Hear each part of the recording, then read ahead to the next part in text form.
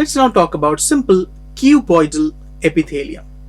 So simple epithelium, it is definitely made up of one layer thick cells, and as it is cuboidal, you can clearly understand the cells would be moreover cube-like in nature, and definitely they would have considerably greater protoplasmic volume.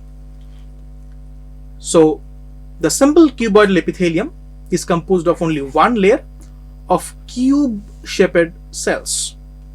They are resting on a basement membrane. So there is a membranous structure known as the basement membrane, over which we find the cuboidal epithelial tissue. The nuclei are situated centrally. So yes, these cells are nucleated and the nucleus is available in the center, similar to most of the animal cells.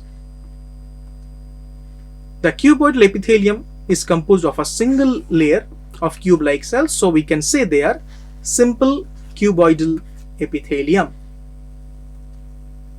This is commonly found in the ducts of gland and tubular part of nephron in kidney, and its main functions are secretion and absorption.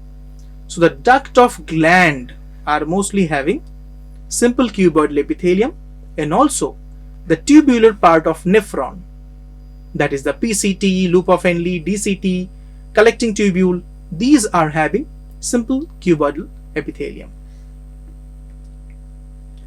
The epithelium of proximal convoluted tubule of nephron in the kidney has microvilli. So in certain areas, the simple cuboidal epithelium can also have finger-like projections, tiny projections which are known as microvilli.